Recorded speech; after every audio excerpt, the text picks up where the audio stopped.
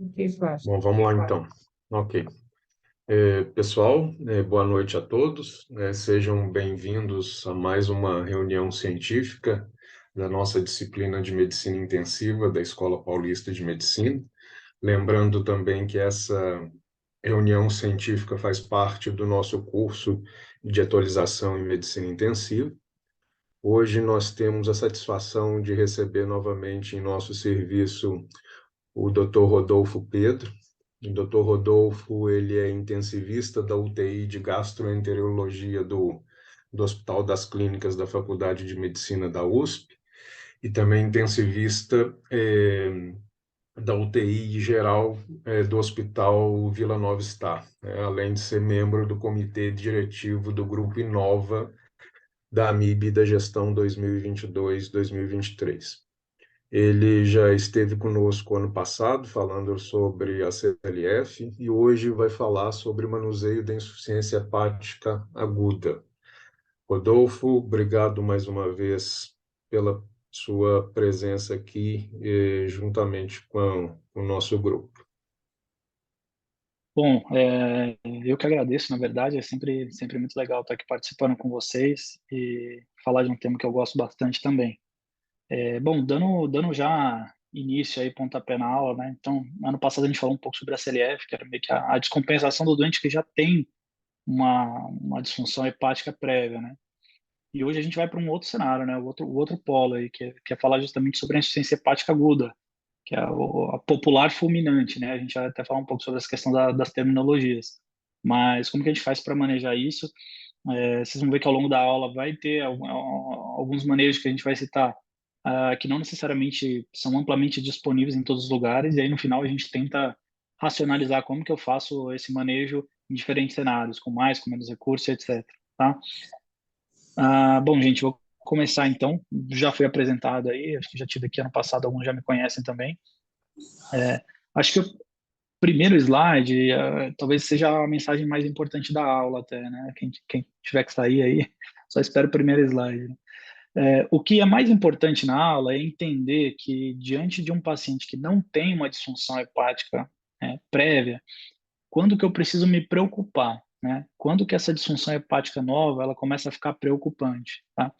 Então, veja, sei lá, digamos que o paciente começou a tratar uma tuberculose com RIP e aí ele começa a evoluir com alteração dos exames hepáticos. Eu preciso me preocupar nesse momento? Aonde que eu preciso me preocupar, né? É claro que assim, toda lesão hepática, seja ela da causa que for, quando aguda, ela é de fato preocupante. Mas assim, eu preciso ter em mente o que que é uma hepatite aguda grave, uma hepatite aguda, e o que que é a tal da fulminante, entre aspas, né? O que que é a tal da insuficiência hepática aguda, tá? O manejo vai ser completamente diferente e o nível de preocupação é bastante diferente também. Então, veja, no nosso exemplo aqui, quando o paciente ele abre um quadro, tá? Esse daqui que eu coloquei é o critério que a Sociedade Europeia traz, tá? Então, o paciente ele começa um quadro de icterícia, acompanhado de um alargamento do INR, e aí eles colocam esse valor de corte de 1,5, tá? Para finalizar coagulopatia, mas que na verdade tem muito mais a ver com disfunção hepática. Quando o paciente tem icterícia, alargamento de INR, eu tenho uma disfunção hepática, tá? Mas essa disfunção hepática nem sempre ela é desesperadora, eu preciso transplantar esse doente agora, eu preciso sair correndo, tá? Mas esse já é um doente que você vai precisar vigiar de perto. Talvez esse já seja um momento de você entender qual é o fluxo do seu hospital. O seu hospital tem um serviço de especialista, né, do hepatologista ou um especialista em transplante. Eu não tenho esse serviço aqui. Qual que é o meu fluxo de encaminhar esse doente para algum lugar, tá? Por quê? Porque a partir do momento que esse doente, que tinha uma icterícia, que tinha um INR maior que 1,5, ele desenvolve encefalopatia hepática, e esse intervalo, né, entre a lesão hepática inicial e o surgimento da encefalopatia ocorre em menos de 6 meses, eu tenho aí configurada a insuficiência hepática aguda.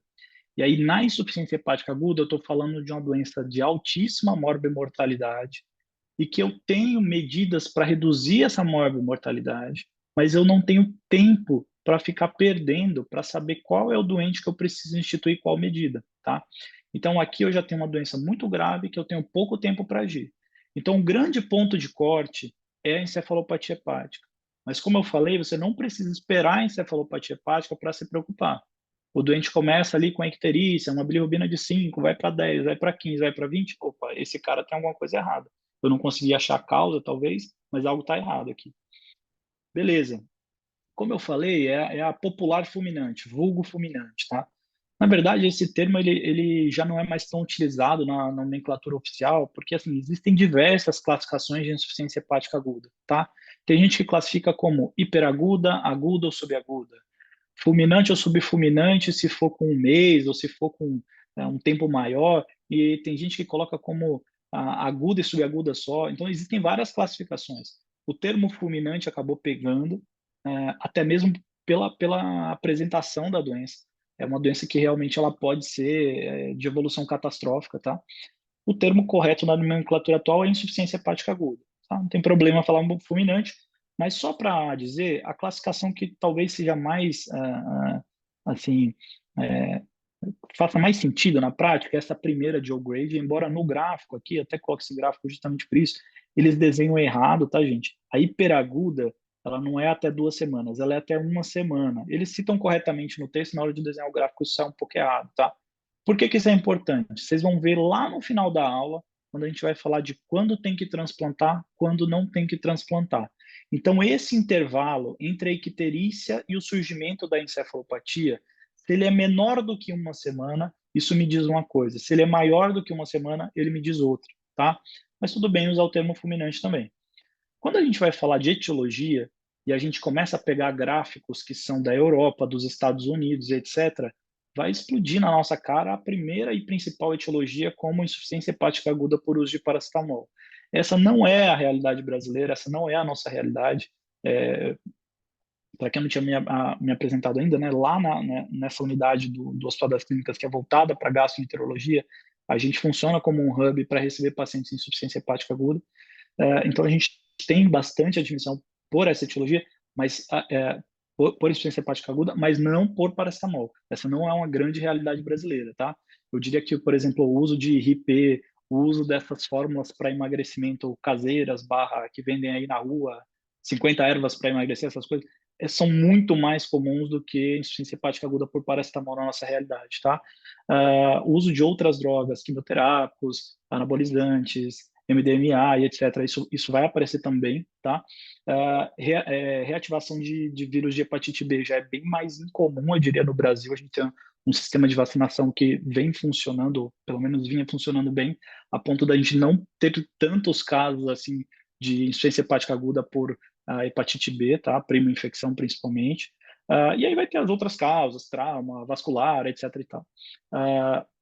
Autoimune é uma causa que a gente sempre deve lembrar, principalmente aí em mulheres jovens, mas é sempre uma possibilidade. E aí vem algumas causas mais raras, tromboses, doença de Wilson, etc. Tá?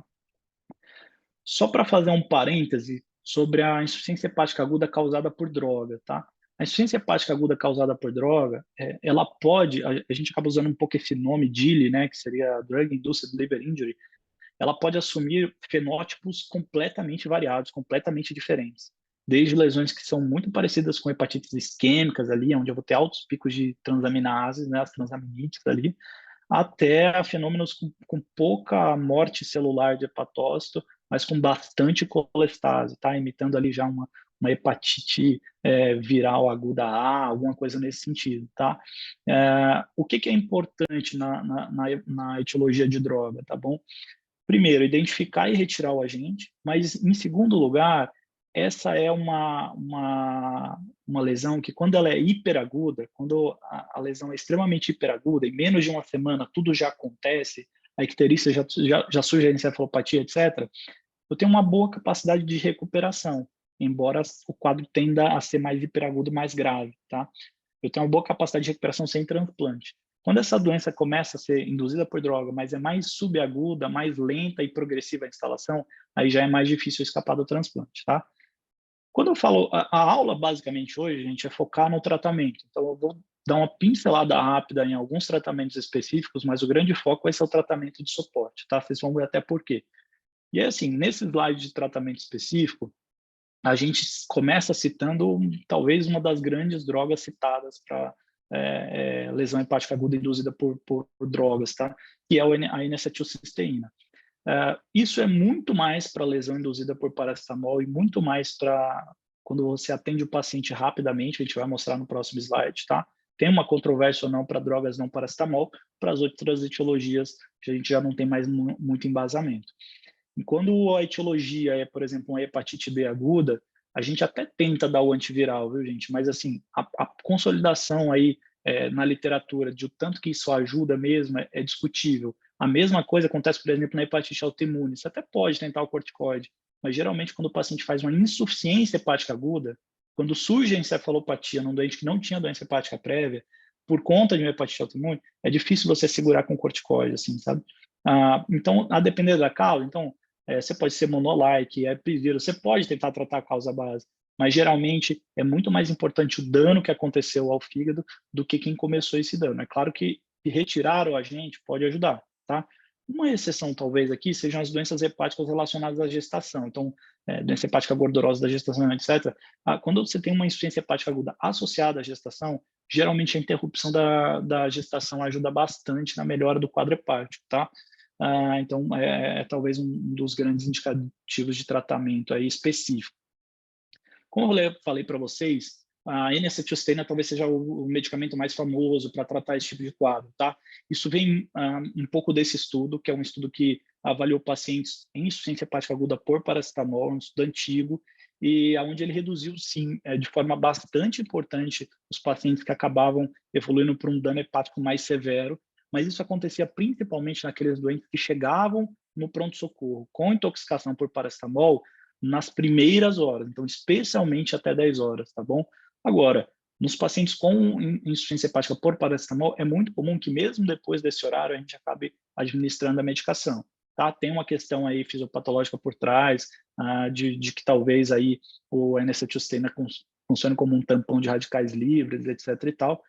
O fato é, parece funcionar nesse subgrupo de doentes em que a insuficiência hepática aguda acontece pelo uso do paracetamol, tá? Esse estudo foi refeito, inclusive, posteriormente, até com a participação da doutora Julia Wendell, que é uma dos grandes nomes aí da terapia intensiva focada no fígado, né? É uma britânica. E aí também encontrou essa diferença importante, também encontrou que a principal melhora é quando é feito de forma mais precoce, tá? Agora, a grande controvérsia não é quando eu tenho uma lesão induzida por paracetamol. Na lesão induzida por paracetamol, o N-acetilcisteína não é tão controverso, ele é bem aceito, bem fundamentado. Quando eu falo de drogas não paracetamol, então a pessoa tomou lá algum remédio por uma tentativa de autoextermínio, por exemplo, ela desenvolve uma insuficiência hepática aguda ou chega no pronto-socorro agudamente. Faz sentido, diante dessa lesão hepática inicial, eu tentar dar N-acetilcisteína? Então, assim, o estudo que a gente tem, ele é negativo, tá? O desfecho foi o mesmo entre os dois grupos. E por que a gente dá, ou a gente ouve, ou a gente vê gente dando e etc e tal? Esse estudo ficou famoso porque quando eles foram para análise de subgrupo, embora a gente está falando aqui de um estudo retrospectivo pequeno, tá?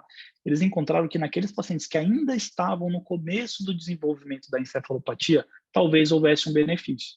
Para quem entende um pouquinho de estatística, já vai entender que isso daqui não é algo que você deve levar a carregar consigo, né? Uma análise de um subgrupo, num estudo retrospectivo pequeno. E um outro fator importante é que, quando eles olhavam o subgrupo da encefalopatia mais avançada, o desfecho era pior. E essa informação meio que se perdeu aí na história, né? Então, inclusive, acho que nos dias de hoje essa informação nem iria para a conclusão de um grande artigo, né? Mas que eles dizem que sim, que nesse subgrupo onde a encefalopatia precoce, mesmo não sendo por paracetamol, sendo por outras drogas, talvez a N-acetilcisteína ajude. Quem defende o uso nesse cenário vai dizer que, poxa, o efeito colateral é muito improvável, basicamente seria aí associado à hipervolemia da administração da medicação. O fato é que aqui já é uma terra meio sem evidência, tá, gente? Agora, saindo um pouco do tratamento específico, que vocês viram que não tem muita coisa para fazer e que as coisas que a gente tenta fazer nem sempre vão resultar em benefício, a gente vai cair no tratamento de suporte. E aqui sim, a gente começa a falar de ações em que a gente pode fazer uma diferença maior aí nessa evolução do quadro. Não só para evitar o transplante, mas até mesmo para esse doente chegar bem para o transplante, tá? Então, disparado, acho que a principal disfunção orgânica associada à mortalidade nos casos de insuficiência hepática aguda é a disfunção neurológica, tá? Esse apelido, essa alcunha de fulminante, ela não vem de lugar nenhum, né? Então, assim, não é incomum que o paciente com uma hepatite aguda grave esteja ali na UTI vigiando se vai virar, piorar a encefalopatia ou não, do cara estar de manhã conversando com você, meio-dia ele é entubado, 18 horas ele abre a pupila. Essa evolução do edema cerebral não é igual do edema cerebral no trauma, onde eu tenho uma certa previsibilidade do que vai acontecer. Ela pode ser extremamente agressiva, ela pode acontecer de forma muito súbita e de forma muito intensa, tá? Então, a gente não vai ficar entrando em fisiopatologia, mas basicamente o problema é que assim, a fisiopatologia mais aceita atualmente é que essa amônia que vai se acumulando porque o fígado não consegue clarear essa amônia, quando ela atravessa a barreira hematocefálica, ela acaba se convertendo em glutamina. E essa glutamina é osmoticamente ativa, acaba puxando um pouco de água para o tecido cerebral. E daí viria a hipertensão intracraniana, tá? Ficou ruim o slide aqui, peço até desculpa, mas aqui tem talvez uma ferramenta de fácil aplicação à beira-leito que pode te ajudar a identificar pacientes que estão evoluindo com hipertensão intracraniana mais intensa, que é o exame físico, tá? Avaliação pupilar. Aí agora atualmente, né, a gente acaba tentando utilizar um pouco mais a complementação com exames armados aí, Doppler transcraniano, avaliação de bainha de nervo óptico, mas já com uma evidência muito menor para esse cenário. O fato é que, assim, gente, diferente um pouco do trauma, onde eu consigo ver uma alteração pupilar, consigo ver uma alteração de padrão no Doppler ou uma alteração da bainha, e eu instituo uma medida e esse paciente melhora para os próximos dias, aqui isso aí pode ser simplesmente o prenúncio da catástrofe, tá? Porque a tendência da encefalopatia hepática com edema intracraniano é a piora progressiva, com herniação cerebral, tá? Nesse sentido, valeria a pena a gente passar um catéter de pressão intracraniana? Isso era muito feito antigamente, tá? Então, fazia quase que parte do pacote aí da insuficiência hepática aguda. Inclusive, a sugestão era de que a gente utilizasse o catéter subdural para tentar evitar maior risco de sangramento e etc. e tal. O que a gente vê aí nos últimos anos é que, com o advento de terapias para redução sérica de amônia, e aqui a gente vai ter que citar pela evidência a diálise contínua, e a gente vai explicar um pouco melhor daqui a pouco, a importância de se passar um catéter de pico começa a reduzir, né? A gente começa a ver cada vez menos pessoas evoluindo com edema cerebral refratário quando a instituição da terapia é precoce, mas pode ser útil em alguns casos, a gente de vez em quando ainda indica, tá? E aí, vale a pena passar esse catéter ou não? O que a gente tem de evidência, tá? É muito desse primeiro autor aqui, Constantini Carvelaz, um dos caras que mais publica no tema, é uma corte onde ele avaliou pacientes que receberam PIC, o que ele viu é que em alguns subgrupos, e aí ele fala especificamente do não paracetamol, a mortalidade aumentava com a PIC. E ele nem associava isso tanto ao sangramento do procedimento. 10% sangram quando você passa a PIC, sendo que 5% é um sangramento clinicamente relevante, mas o que ele via é que esses pacientes recebiam mais manitol, mais salina hipertônica, mais barbitúrico, mais hipotermia terapêutica. Então, ele associou um pouco a esse hipertratamento, tá? É claro que, assim, novamente, coorte retrospectiva, porque a gente está falando aqui de doença rara, é difícil ter evidência de qualidade, trabalho prospectivo com hepatite fulminante, tá? Rodolfo, e essa questão da amônia, eu já aprendi na escola que primeiro eu entendi que a amônia era a mesma coisa que encefalopatia hepática. Depois, talvez ali na residência de clínica, alguma coisa, eu começo a ver que não. Na verdade, a amônia não serve para muita coisa, ela não é tão custo-efetiva, nem vou pedir amônia. Como que funciona isso? Olha, a amônia, talvez ela seja um bom marcador no quadro agudo, tá? Nessa aula específica que a gente está falando de insuficiência hepática aguda, ela pode te ajudar sim. No paciente mais crônico, aí já é um pouco mais discutível se vale a pena você ficar seguindo a amônia, tá bom? Mas veja, no paciente agudo, eu tenho uma boa correlação entre níveis de amônia cada vez maiores e herniação cerebral.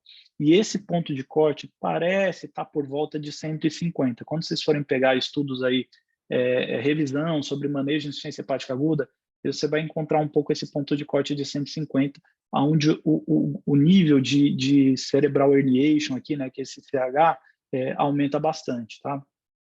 Lembrar que para utilizar amônia, o ideal é que seja amônia arterial, tá? A amônia venosa não consegue fazer uma boa correlação com a gravidade da encefalopatia, a amônia arterial, sim.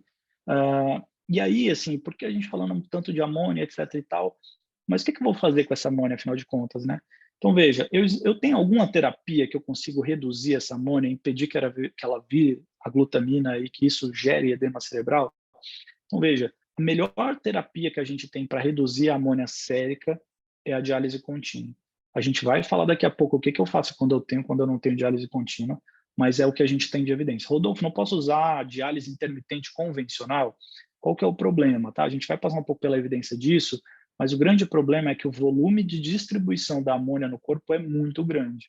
Então, o que acontece é que durante uma sessão clássica de diálise, em que você pode tentar reduzir um pouco a amônia sérica, você consegue reduzir, isso não é tão significativo como na contínua, mas a partir do momento que termina a sessão, o volume de distribuição corporal da amônia é tão grande que a amônia sai aí dos tecidos musculares, etc., e volta a subir o nível sérico da amônia de forma importante. Você fica fazendo essa oscilação, amônia baixa, amônia alta, amônia baixa, amônia alta, tá? Então, veja, assim, a diálise contínua já eu não tenho tanto esse problema, e eu tenho um método que, quanto maior a dose da diálise que eu ofereço, aqui está errado também, está dizendo taxa de UF, tá? Mas quanto maior a dose do dialisado que eu ofereço, maior é o clearance de amônia. Então, por exemplo, às vezes a gente tem pacientes com hiperamonemia importante, evoluindo com encefalopatia mais relevante, em que a gente institui a diálise contínua, ali na dose usual, 25, 30 ml por quilo, isso não é suficiente para segurar a amônia segue subindo. Então, esse é um dos poucos cenários na terapia intensiva atual em que, às vezes, a gente ainda usa doses de diálise contínua mais altas, uso de dialisato com doses mais altas por peso corporal. Então, às vezes, a gente pode chegar a 35, até mais, tá? Quanto maior a dose, maior vai ser o clearance. Por que essa discussão tão grande de diálise contínua ou não?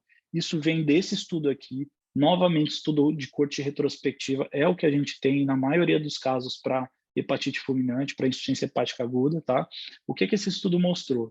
Esse estudo mostrou que a diálise contínua, que é esse primeiro aqui de cima, é suficiente para fazer uma redução relevante da amônia, tendo que sem diálise ou diálise intermitente, essa redução não é relevante a longo prazo. E mais importante ainda, aparentemente, a diálise contínua era suficiente para reduzir a mortalidade, e isso eles levaram, inclusive, para o título do artigo, tá? Então, a amônia contínua, diálise contínua é associada à redução de mortalidade na insuficiência hepática aguda. Isso parece ser neutro aí nos casos onde você, aliás, esse risco de mortalidade parecia ser maior nos casos de diálise intermitente. Então, acabou pegando um pouco essa informação de que, olha, tem que ser diálise contínua porque diálise intermitente mata mais na insuficiência hepática aguda. Eu discordo um pouco dessa visão, porque, veja, se a única terapia efetiva para você reduzir a amônia e para você impedir esse edema cerebral talvez seja a diálise contínua, por que esses doentes aqui estavam dialisando de forma intermitente? 2 pontos. O primeiro é porque talvez a gente está falando de um serviço com menos recurso, e isso já vai impactar no desfecho do doente. E o segundo, talvez, seja realmente porque esse doente está dialisando não por amônia, mas por uma disfunção renal já instalada, que esse primeiro grupo pode ser que não tenha, tá? Então, acho que a mensagem que a gente tem, baseada em corte retrospectiva, parece haver uma proteção da diálise contínua em relação à mortalidade, tá? O que a gente tem de opinião de especialista, e aqui vou puxar um pouco a doutora Julia Wendel, né? Quando você vai assistir um pouco as aulas dela, a prática dela, o nível de evidência é baixo, né, gente? Estou falando de opinião de especialista. Mas o que ela diz é muito isso. A partir do advento da diálise contínua, a gente passou cada vez menos catéteres de pressão intracraniana para monitorizar essa pressão, tá? E aqui a gente passa a sair um pouco dos estudos retrospectivos e tem um dos raros exemplos de estudos prospectivos randomizados na insuficiência hepática aguda, tá? Que é a plasmaférese de alto volume. Esse tema é bastante controverso no manejo das insuficiências hepáticas agudas, tá? E por que ele é controverso, gente? Porque, assim, o estudo, ele foi desenhado, então, era basicamente plasmaférese de alto volume versus tratamento usual, tá? Na plasmaférese de alto volume, até coloquei aqui 15% do peso ideal, que estava litros, durante 3 dias, o estudo foi positivo em termos de melhora da sobrevida. E por que a gente não sai fazendo plasmaférese para todo mundo, né, que tem insuficiência hepática aguda? Veja, quando ele vai para as análises de subgrupo, o que ele vê? Quem é que se beneficia dessa melhora de sobrevida? Quem não chega a transplantar. Então, aqueles pacientes que tinham insuficiência hepática aguda mas não transplantaram porque não fecharam critério para transplantar. A gente vai ver que não necessariamente porque fulminou tem que transplantar, tá? Então, nesses doentes, a plasmaférese fez diferença, ou naqueles doentes em que eu chegava a indicar o transplante, mas esse transplante nunca acontecia, por qualquer que fosse o motivo. Esse doente também se beneficiava da plasmaférese. Rodolfo, ficou meio confuso na minha cabeça. Por que que no cara que transplanta, a plasmaférese não faz tanta diferença? Veja, porque o transplante é uma terapia associada a uma sobrevida acima de 90% na insuficiência hepática aguda. Então, você mostrar que uma terapia vai poder adicionar um benefício de sobrevida à terapia padrão ouro, digamos assim, que meio que joga a sobrevida lá em cima, é bastante difícil. Isso acontece, por exemplo, com Mars, Prometheus, que a gente vai falar no final da aula, tá? Beleza, mas pode ser uma estratégia importante, por exemplo, assim como a Dani, né, eu vim de Rondônia. Lá em Rondônia, por exemplo, a gente tinha serviços em que não existia diálise contínua, mas a gente tinha a possibilidade de usar plasmaférese em alguns hospitais. Então, pode ser uma opção interessante se você não está num centro transplantador, vai demorar para o paciente chegar até o centro transplantador. Eu não tenho diálise contínua, mas talvez eu tenha plasmaférese, pode ser uma opção interessante, tá? Agora falando um pouco das outras disfunções, saindo do neurológico um pouco, tá? A gente vai falar mais rápido das demais disfunções. Então, vasoplegia. Olha, aqui a gente está falando de uma CIS muito intensa, né? Então, ela simula um pouco pancreatite às vezes, ela simula um pouco a sepsia às vezes. É uma vasoplegia muito intensa, tá? Nesse cenário, a gente sim vai utilizar a mão do binômio volume-droga, mas sempre tem que tomar um pouco de cuidado com a possibilidade de doença pulmonar inflamatória, tá? De SARA, tá, gente? Por quê? A SARA faz parte um pouco do quadro de insuficiência hepática aguda. Você tem uma inflamação sistêmica e tem um aumento do risco de SARA. Então, o volume, ele um manejo importante, mas ele deve ser dosado aí, tá? Um outro componente muito importante que justifica a parte dessa vasoplegia é a acidose, que às vezes ela é muito importante, às vezes ela é refratária até. Isso acontece porque esse fígado podre lá dentro do corpo, ele vai liberando uma série de citocinas inflamatórias de forma contínua. Isso vai levar à vasoplegia também. E aí, talvez o terceiro ponto que eu sempre gosto de trazer na aula é, no paciente com doença hepática, eu posso inferir que o lactato sérico é um bom marcador de perfusão tecidual? Então, assim, é sabido que o lactato, 70% do clearance do lactato é hepático. Né? Os outros 30% vão se dividir ali, 20% para o rim, 10% para a região muscular. Mas, assim, 70% do clearance do lactato depende do fígado. Quando a gente está falando de insuficiência hepática aguda, esse clearance ele pode chegar próximo a níveis inferiores a 10%. Assim. Então, o lactato vai subir na disfunção hepática aguda. Quanto mais hiperaguda e quanto mais intensa a disfunção, maior tende a ser o lactato. Olha esse exemplo aqui.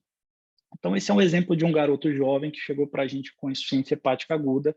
Ele não tinha ainda a disfunção hemodinâmica macro instalada, né? Ele não tinha hipotensão, o tempo de enchimento capilar dele era ok, mas o lactato dele era, no nosso método, imensurável, maior do que 270 miligramas por decilitro. E aí, veja, duas possibilidades aqui, né? Poxa, esse cara está extremamente mal perfundido, mas isso ainda não afetou a macrohemodinâmica, não é um choque crítico, o que está acontecendo com esse cara? Outra possibilidade é, perdi completamente o clearance de lactato, o fígado dele já entrou numa insuficiência importante, né?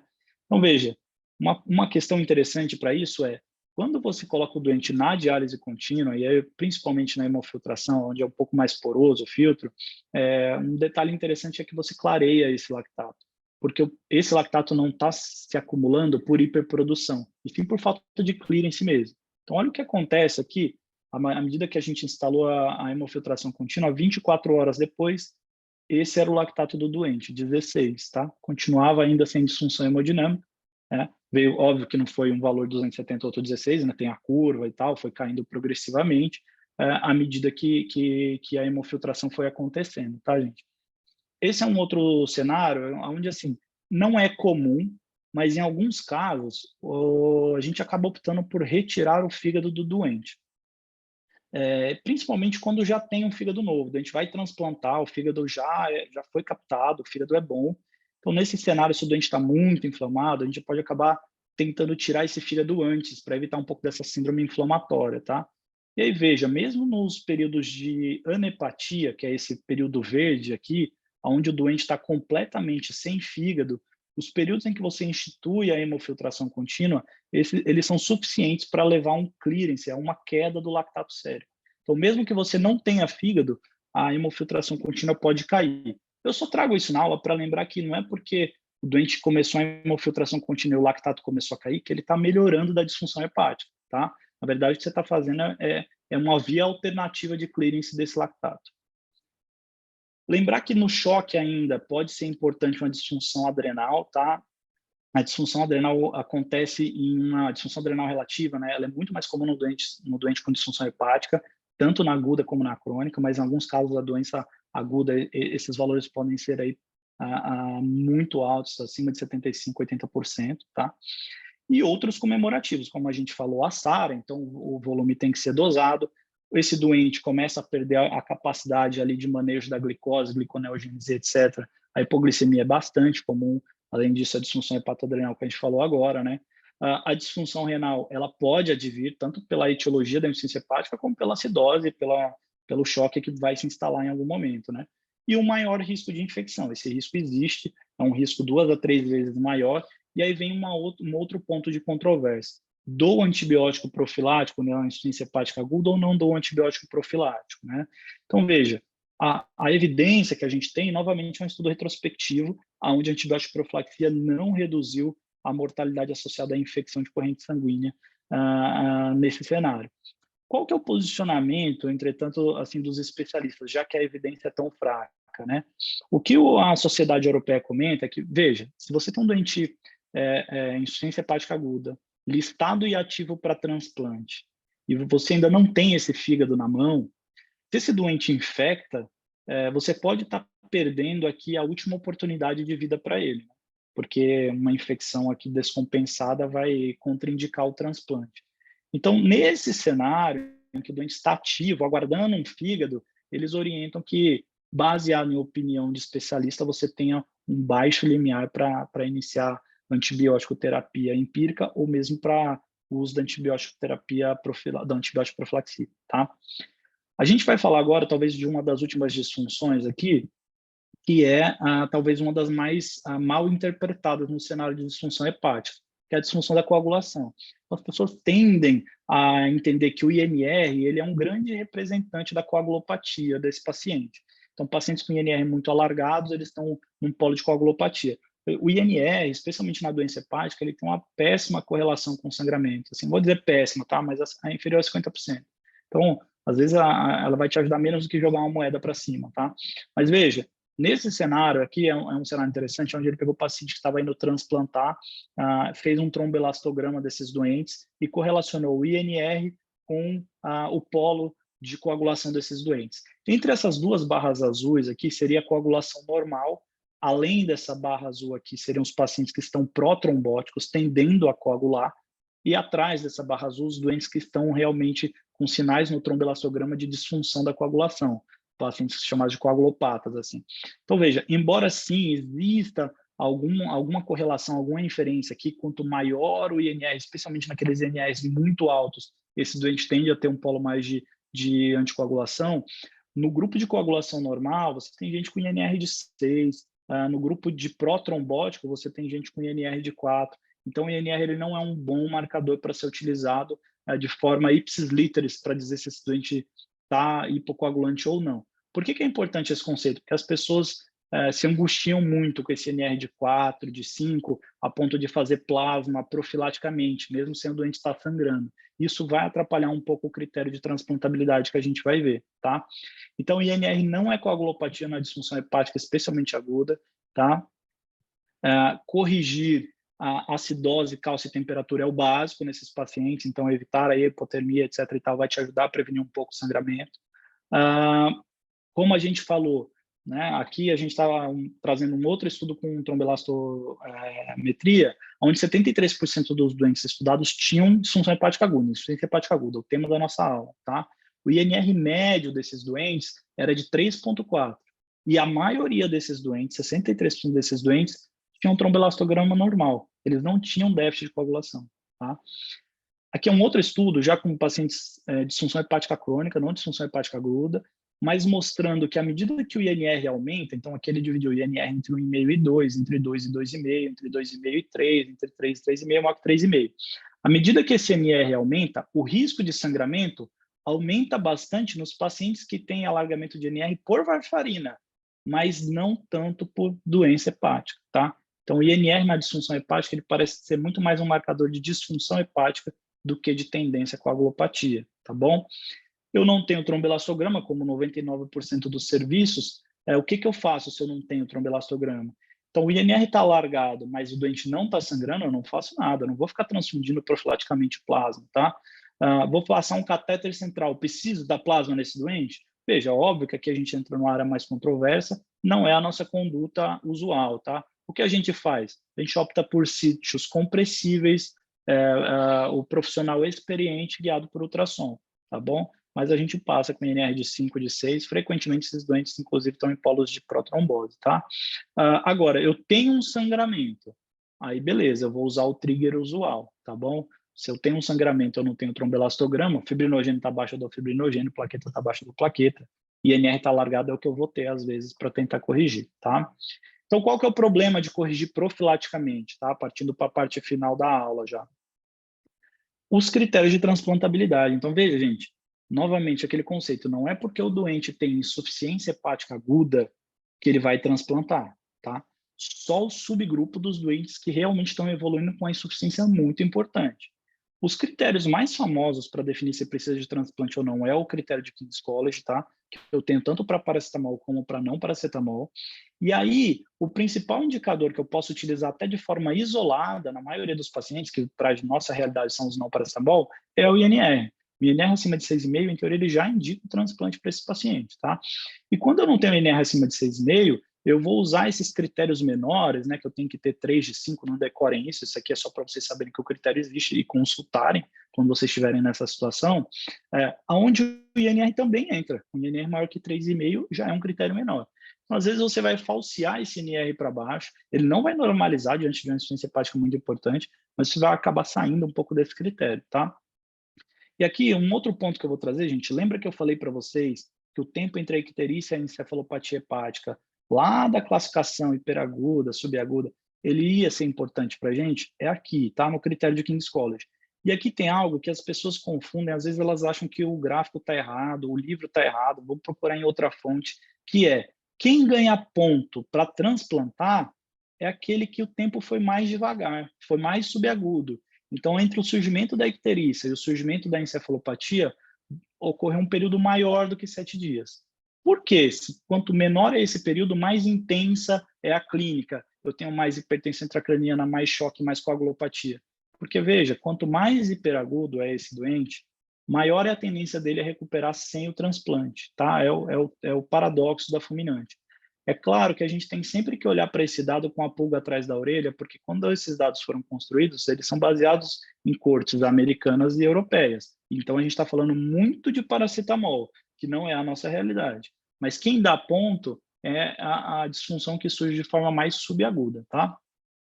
Tenho também os critérios de Clichy, que eu não vou citar aqui, mas ele nasceu para hepatite B, mas é utilizado também no cenário de qualquer outra etiologia, caso o paciente não feche por King's College, a equipe acha que esse paciente vai se beneficiar, e fechar por Clichy pode ser utilizado também. Acho que é um dos últimos slides, terapias extracorpóreas, o que a gente tem, né? A gente tem aí 3 grandes terapias, então a MARS, a Prometheus e a SPAD. Não é o objetivo da aula a gente falar sobre isso, só vou citar para vocês, né? A principal é a MARS, que basicamente é um módulo que a gente acopla na Prisma, tá? Onde eu vou fazer uma segunda filtragem, na verdade ela é a primeira no sistema, né? Uma primeira filtragem vai ser uma diálise em contracorrente com albumina, para depois, então, ela passar na Prisma, tá? O que a gente tem de dados é que a gente tem uma melhora laboratorial, então cai a bilirrubina, a gente até tem uma melhora dos sinais de encefalopatia hepática, mas isso aqui poucos serviços vão ter a disponibilidade, mas a gente não parece ter uma melhora na sobrevida.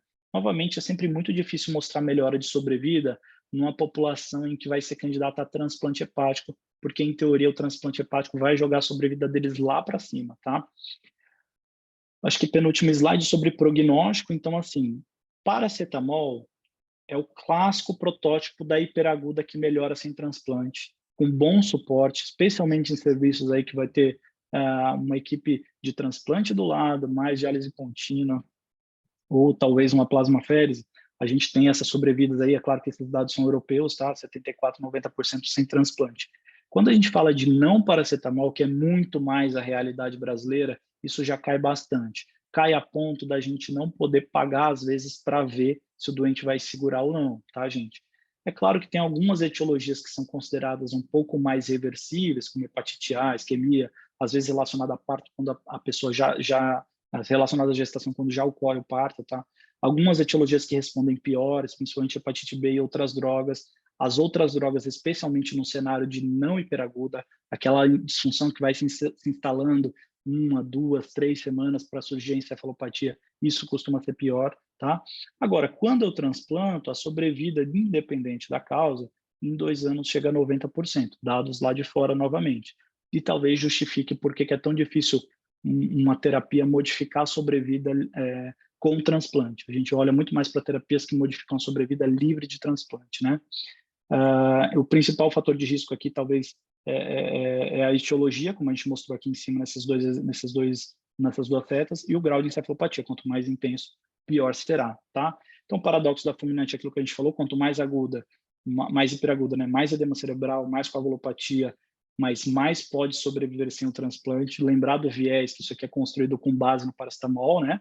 E quanto menos aguda, eu tendo a ser mais colestático, menos hipertensão intracraniana, menos coagulopatia, mas a sobrevida sem transplante é menor, tá? Então, concluindo a nossa aula, o grande trigger para chamar de insuficiência hepática aguda é o surgimento da encefalopatia em menos de 6 meses, naqueles doentes que já têm uma icterícia, um alargamento de NR. Não necessariamente eu só vou me preocupar nesse momento, tá? Eu preciso pelo menos saber qual é o meu fluxo. Pô, o meu serviço oferece transplante hepático? Tem alguém aqui que faz essa avaliação? Não. Então, se eu precisar, aonde que eu vou contatar? Para onde que eu vou mandar? É via Cross? Qual que é o meu centro transplantador mais próximo, né? O grande trigger para o manejo da hipertensão intracraniana mais agressiva, então, como a gente fala de diálise contínua, neuroproteção, né? Como a gente faz no trauma, a gente também faz aqui na hipertensão intracraniana. Então, intuba, seda, cabeça elevada centrada, evitar hipertermia. A gente faz tudo isso aqui também, tá? A gente copia do trauma, a gente não tem essa evidência, obviamente, tá? Mas o grande trigger para isso vai ser a encefalopatia. Agora, veja, a piora da encefalopatia. Só que aqui não é aquela encefalopatia clássica do doente crônico. O doente, como eu falei, a evolução aqui ela é fulminante.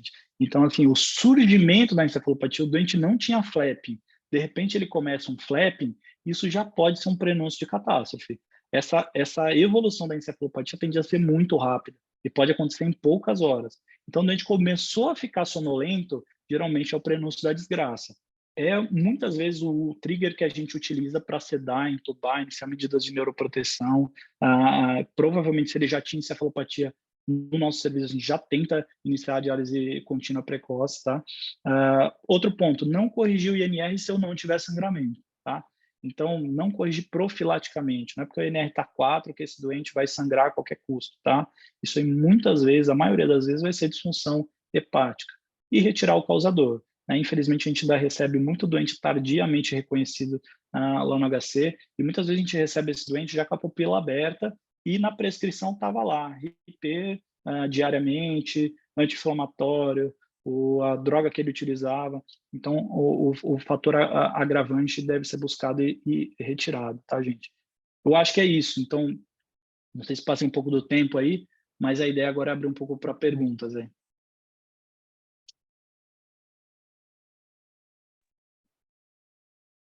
Não, eu acho que em relação ao tempo, ok, Rodolfo, obrigado novamente pela sua presença aqui na nossa reunião científica. Eu acho que foi uma revisão bem bacana, importante aí para todos, né? Principalmente para aqueles que têm oportunidade de, em algum momento, lidar com um paciente com essas características que você colocou aqui.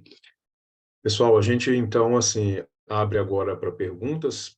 Então, quem quiser fazer alguma pergunta para o Rodolfo, pode abrir a imagem ou fazer uma pergunta aqui pelo chat. Deixa eu só dar uma olhadinha aqui, Rodolfo, para ver se a gente já tem alguma. É, Bom, uma pergunta do Paulo aqui que eu acho que você que você já abordou um pouquinho ali na sua conclusão, que é quando iniciar a diálise contínua, né? Se é realmente pelo neurológico do paciente. Assim, a gente costuma ser precoce lá no nosso serviço. Como a gente tem a disponibilidade dessa terapia, porque qual que é a ideia?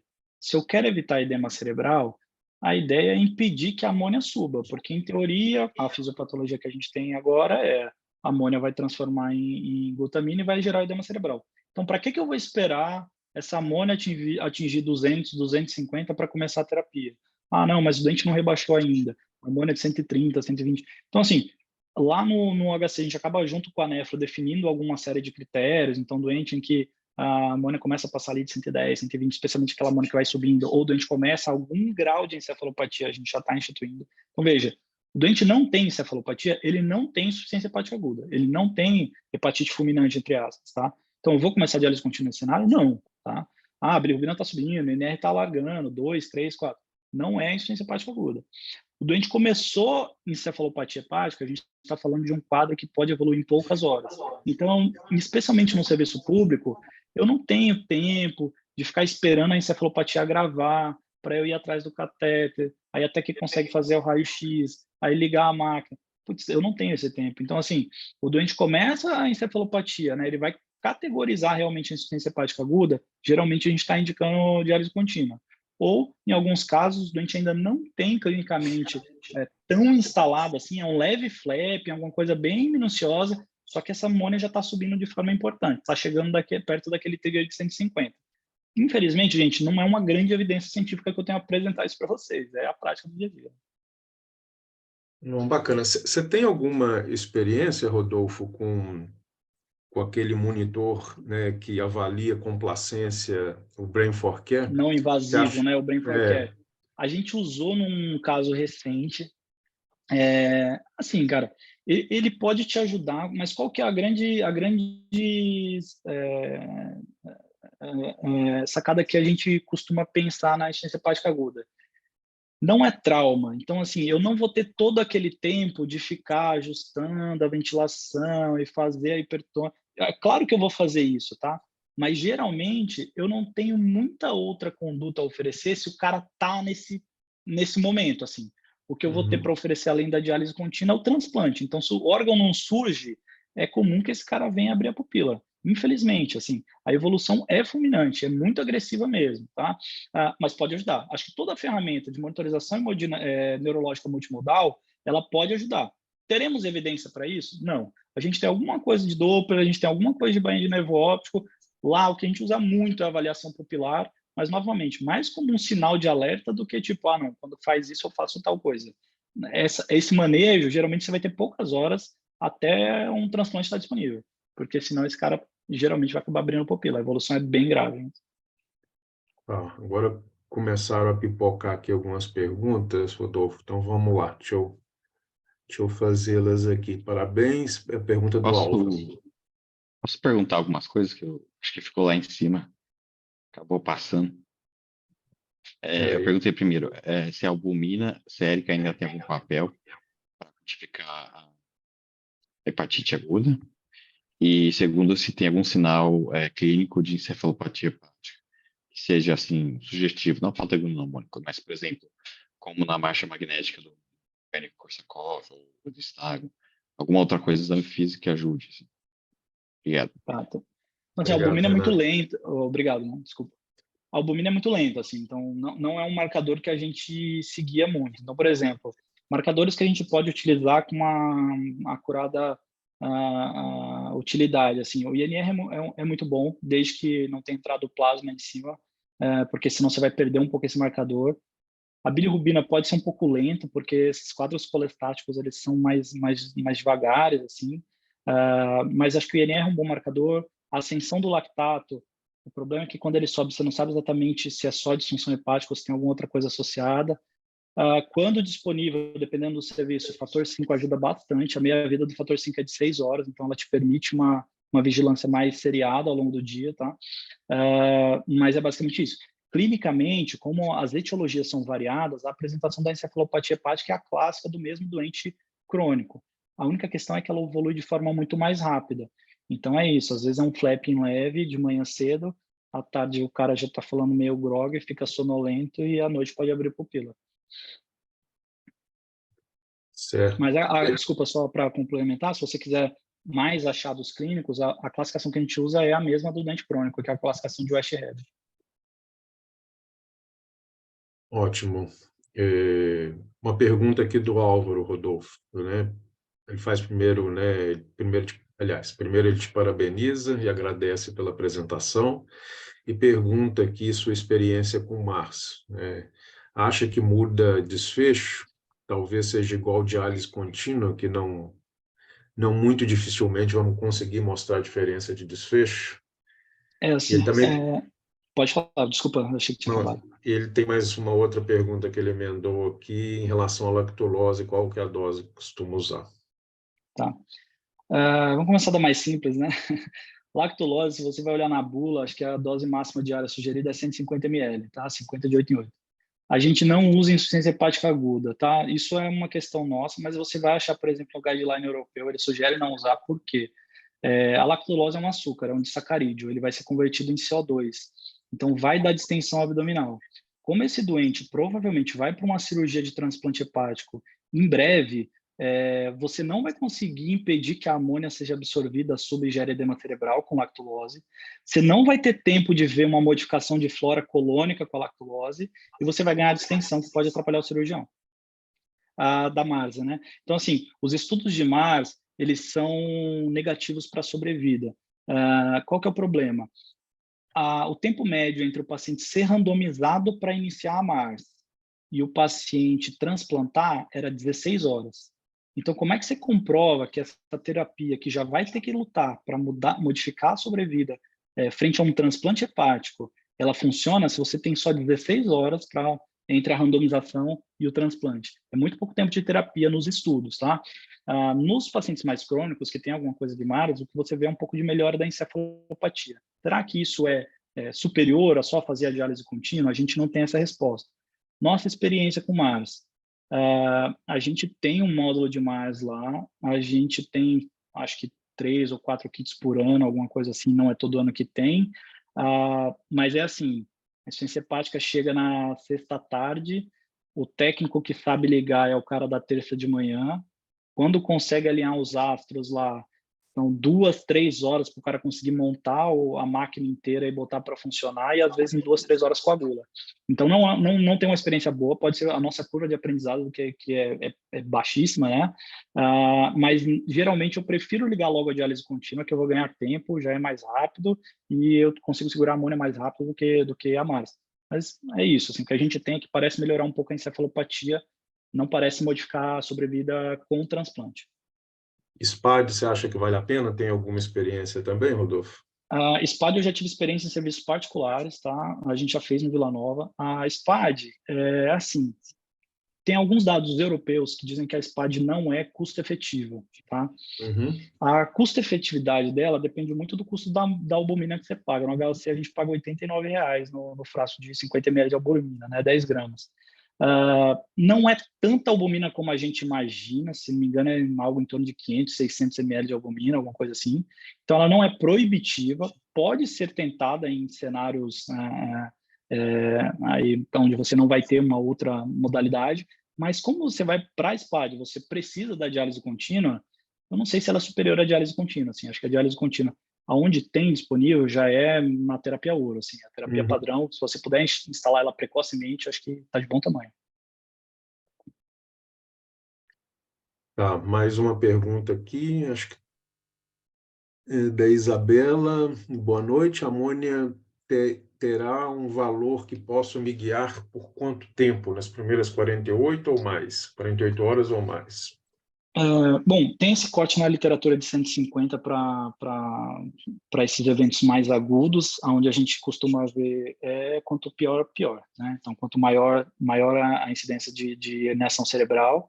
A gente tem alguns casos de hiperamonemia muito intensa, raramente esses casos saem sem algum dano cerebral maior, assim, então 800, 900 mil de amônia, onde a gente até chega a duvidar assim, do valor, mas às vezes acontece. Lembrar que uma outra possibilidade de encefalopatia por amônia é o uso de ácido valproico, não necessariamente com disfunção hepática aguda, você pode ter hiperamonemia com o uso do ácido com o valproato de sódio, e ela pode desenvolver a mesma clínica, assim, edema cerebral, tá? Mas assim, ela é um marcador que você pode seriar, sim, tá? Inclusive a gente seria às vezes para ajustar a dose da diálise. Novamente, não vou te dar muita evidência porque nós estamos falando de uma particularidade de uma doença rara, né? Tá, eu acho que assim, para finalizar aqui, uma última pergunta do Paulo, Rodolfo, até porque a gente já está passando um pouquinho do tempo.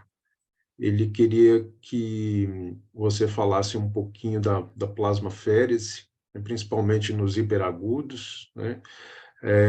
Da N-acetilcisteína na hepatite alcoólica aguda, e se em pacientes hiponatrêmicos vale a pena tentar subir um pouquinho o sódio. Bom, então assim, não sei se vou lembrar as três em ordem, vocês vão me lembrando aí. Mas da hepatite alcoólica. A hepatite alcoólica tem uma grande questão que é, esse doente pode transplantar? Em teoria não, né? É um doente que no Brasil a gente não transplanta, assim, pela questão da etiologia, né? O uso de N-acetilcisteína, vocês vão encontrar estudos ruins em praticamente qualquer disfunção hepática, qualquer etiologia de disfunção hepática, com resultados variáveis. Não é o que a gente utiliza, tá? Não é o que a gente utiliza, acho que a nossa terapia ainda é muito mais baseada em corticoide e suporte clínico. Tá? Acho que eu não lembro das outras. Da questão do sódio. Subiu o sódio. Então, se você vai iniciar a diálise contínua, isso aí vai ser sine qua non. Provavelmente o banho que você vai setar na diálise contínua não pode ter um gap de sódio muito alto, né? Subir o sódio pensando em hipertensão intracraniana, assim, a gente vai emprestar toda essa evidência do trauma, embora a evolução não seja a mesma, tá?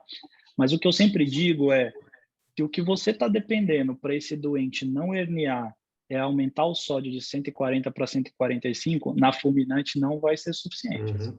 A evolução realmente é muito agressiva. Ok. Bom, eu acho que a gente poderia encerrar por aqui, Rodolfo. Você quer comentar alguma coisa, doutora Flávia? Não, eu Abriu o queria só microfone. agradecer, me colocar à disposição. Acho que vocês têm aí meus contatos. Se precisarem de alguma coisa, estamos por aí. Obrigado, gente. Não, e eu só queria parabenizar o Rodolfo de novo aí pela excelente aula dele, muito boa mesmo, novamente. Muito obrigada por fazer parte aí desse nosso time do curso e das aulas, Rodolfo, muito importante para nós. Obrigado a vocês pelo convite. Obrigado, Rodolfo. Pessoal, uma boa noite a todos e até a nossa próxima reunião. Valeu, gente. Tchau, tchau.